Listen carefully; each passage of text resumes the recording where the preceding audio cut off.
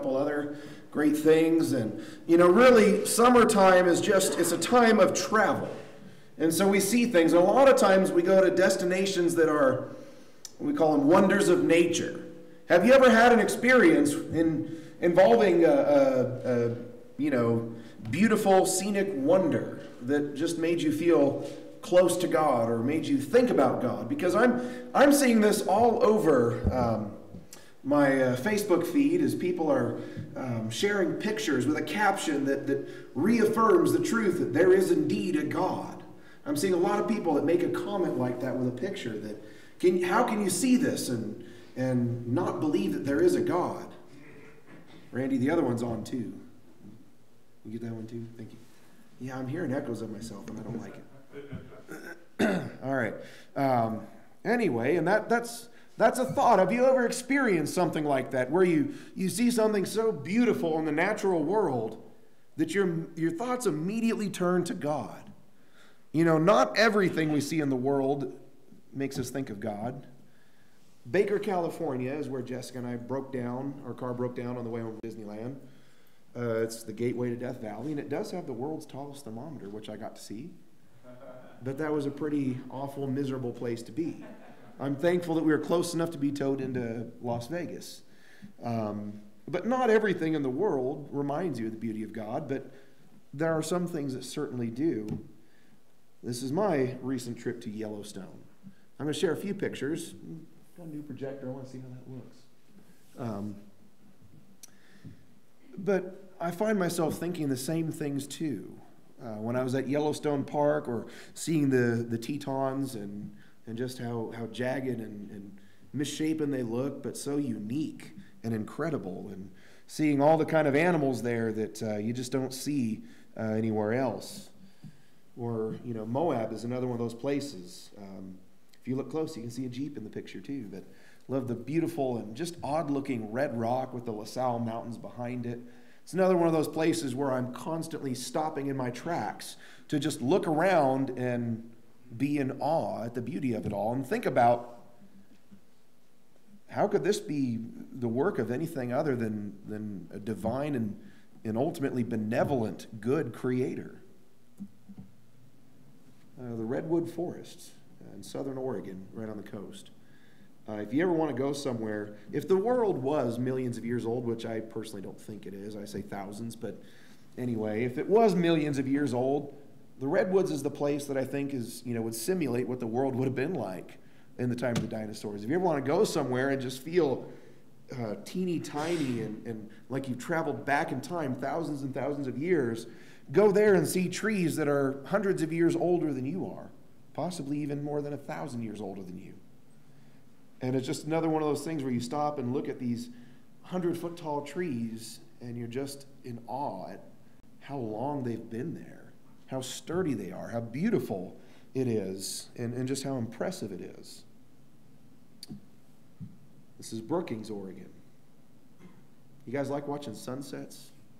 Isn't that another one of those things that just, I've lived in Utah for 7 years now, and I still have to stop just about every day at sunset as the light hits the mountains, and just, there's something about it, the beauty of it, the colors, the glowing of it. And this one memory when we were camping out on the Oregon coast, it's always stuck with me, this was just bathed in sunlight. It was a very unique and beautiful experience. And one of my all-time favorite places in the entire world is Cannon Beach, Oregon. I love going to the beach with people and experiencing it with people, but anytime I go to the coast, I like to make sure I get a little time by myself and just think about the water, the magnitude of this body of water, the Pacific Ocean and all the oceans that cover the world, thinking about the power of the tides that exists there. And it's just, I love to just experience God through his creation. Because that's exactly what it's meant to do. The creation is meant to tell us this message, that there is a God, that everything we see, everything that is beautiful in this world is the product of a divine and unimaginably intelligent creator. That being said, I'd like to consider Psalm 19 this evening. I know I told Rob a lot of it would come from Psalm 148, but the more this lesson developed, the less it was about Psalm 148, and the more it became focused on Psalm 19. But if you'll turn to Psalm 19, I'd like to talk a little bit this evening about experiencing God through his creation and the testimony that this created world speaks about God. Psalm 19. I want you to notice, first of all, the first two verses in Psalm 19. The heavens are telling of the glory of God, and their expanse is declaring the work of his hands. Day to day pours forth speech, and night to night reveals knowledge. God has always been glorious. The creation didn't make him more glorious, but it did bear testimony of the eternal glory that has always been his. In this psalm, David emphasizes, he could talk about everything in the created world, the mountains and the oceans and things like that, but David seems to emphasize in this psalm particularly the heavens, that the heavens declare, or the heavens, the skies are telling of the glory of God. I find it sad that there are some people who have never really seen mountains that live in, I guess like Kansas or Alabama or places like that where it's more flat, but I find it sad that there are some people that have never seen mountains, or people who live in the center, central part or Midwest, never ventured out to see the ocean. That makes me sad inside to know there are people who have never seen the ocean or never been up to a mountaintop and experienced snow or things like that. We don't all get to experience those things, unfortunately, but the heavens, that's something everybody witnesses. And I think that's why David emphasizes the heavens, because everybody gets to see the work of God's hands. And that's something I love that he emphasizes here. We learn about God. It's his handiwork. In the New American Standard, it says in verse 1 that their expanse, that is the heavens, is declaring the work of God's hands. And not only does it pour forth speech, and of course we know the heavens aren't literally talking, but they're telling us something. They're telling us of a great and universal truth that there is a God. But it also tells us, it reveals knowledge. It pours forth speech in verse 2, but night to night reveals knowledge. We learn about God. Anybody watch Antiques Roadshow? Yeah, my grandma got me hooked on that show when I was a little kid. But I always found that so interesting that these appraisers, when I was a kid, I wanted to be an appraiser because they seemed to know everything. But I found it so cool that they would pick up some little trinket and say, this is the work of so-and-so in the mid-17th century. You can tell because his mark is on the bottom of it here or something like that. There's unique marks that identify who the creator is. And that's what it's saying, that this is not just a creation, this is God's creation. It's got his name written all over it. And so we learn that there is a God, but we also learn about that God. We learn some things about him because this is the work of his hands, and this creation pours forth knowledge about God. For a moment, let's go to Isaiah chapter 40. I'd like to see if I can illustrate this idea that we gain some knowledge about God, some experiential knowledge about God when we consider the creation. In Isaiah chapter 40, let's start in verse 12.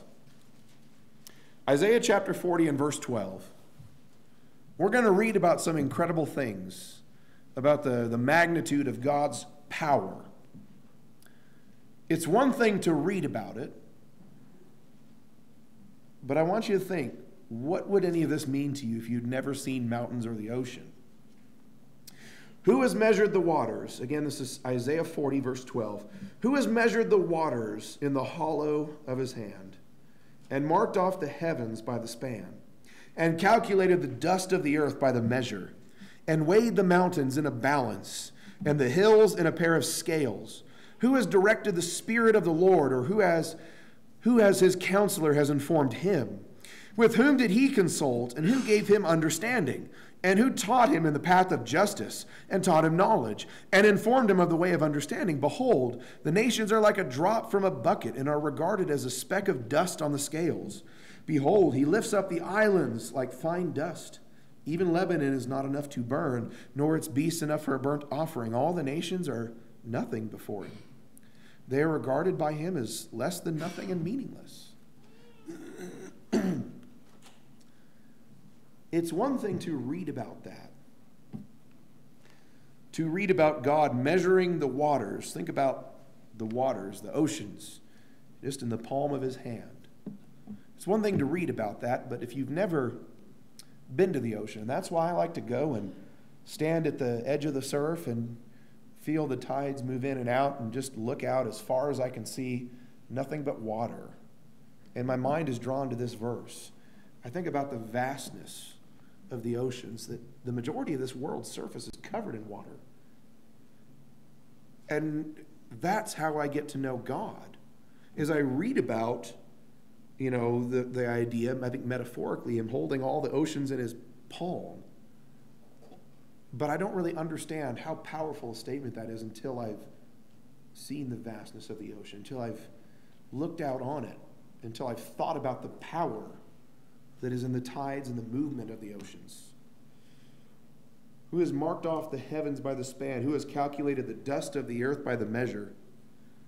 I've been to North America's largest sand dune before. That's in Idaho, which is actually 90% of Idaho is just sand. But, I've seen that. And I've seen it's Bruno Sand Dune. And it's just incredible. It looks like, if you guys have ever seen Antelope Island that's just out to the west of us, it looks that big, but it's just a big pile of sand.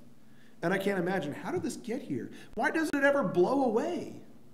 And when I go to visit there, I think about this verse, and God calculated the dust of the earth by the measure, measuring cups, and he's measuring it out and moving it here, there, and everywhere, and I see this massive pile of sand, and I think, how immovable is this? Yet God just measures it out.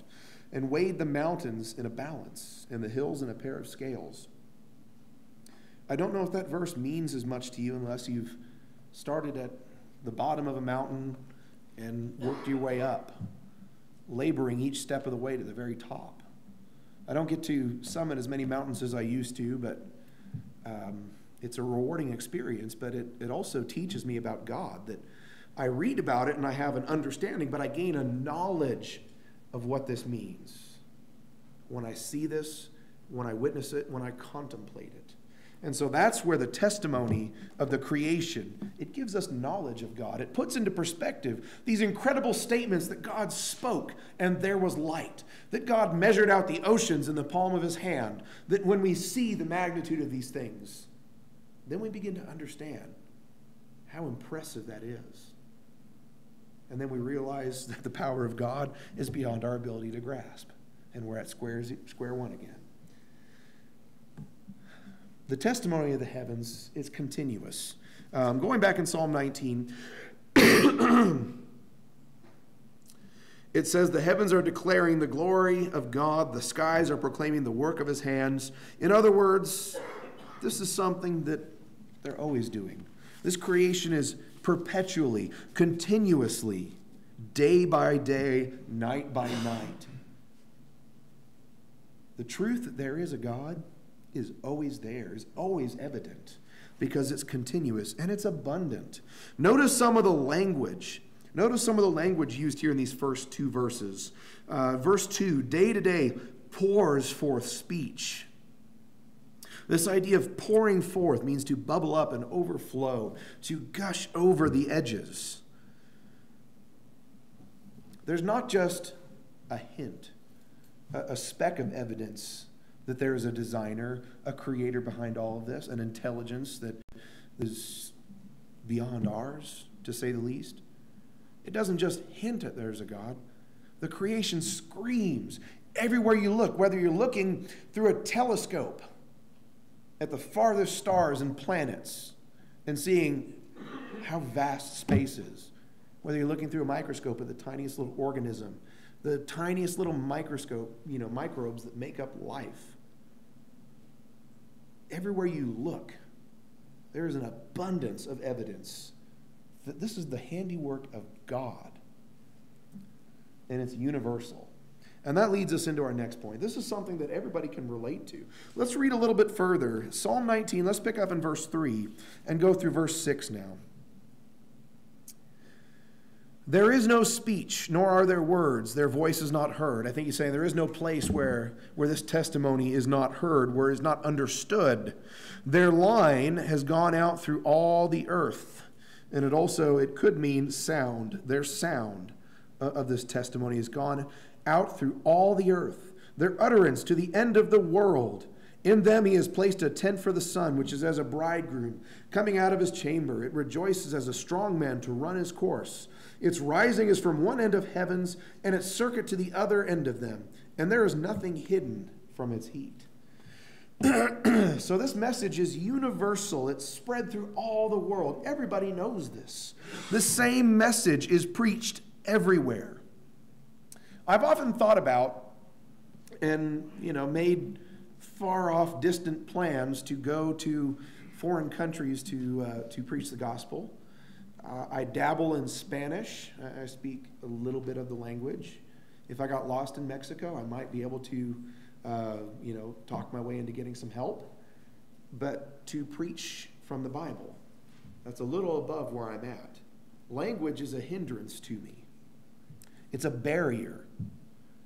But there is no language spoken that, across the world where this message isn't understood. This goes across any border and across any language, that anyone, anywhere in the world, they can hear this message. It goes through all the earth, it says. Everyone gets to hear this. Now, you can choose to ignore it. You can choose to tune it out, and sadly, so many people do. But you cannot escape this reality. Romans chapter 1 and verse 20. Let's look at Romans chapter 1 and verse 20. And if you don't know it already, you ought to recognize this verse really quickly when I start reading it. But Romans chapter 1 and verse 20. Some people can choose to bury their head in the sand and ignore the plain testimony, but they can't escape it. It's everywhere. Romans chapter 1 and verse 20, it says, to the point where we have no excuse before God. For since the creation of the world, his invisible attributes, his eternal power and divine nature have been clearly seen, being understood through what has been made, so that they are without excuse. On that final day of judgment, we can't go before God and say, I had no clue you were real. I had no evidence. And God would say, that's no excuse. You had plenty of evidence. All around you. The heavens, the earth, the mountains, the sea, the stars. They were proclaiming my glory, bearing testimony of my power and awesomeness. You are left without any excuse. And by the way, I love what Romans chapter 1 verse 20, again on this idea that it reveals knowledge of God. It talks about how his invisible attributes, because God is spirit, and his ways are just unfathomable to us at times. His invisible attributes are clearly seen. Again, that's when we think about the magnitude of the mountains out there to the east, when we go and stand at the edge of the ocean that's to the west of us and see the power of God. We learn about him.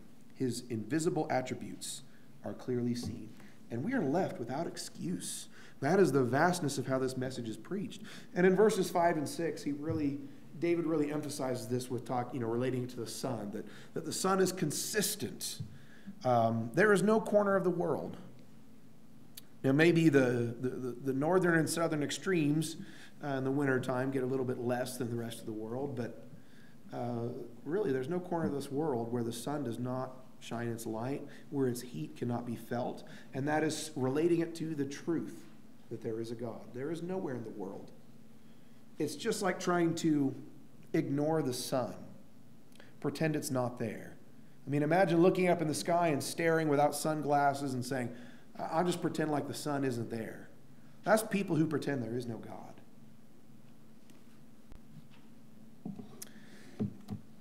So we learn a lot through the creation. We see the power of God, and by observing his handiwork, we gain some knowledge about him through experience.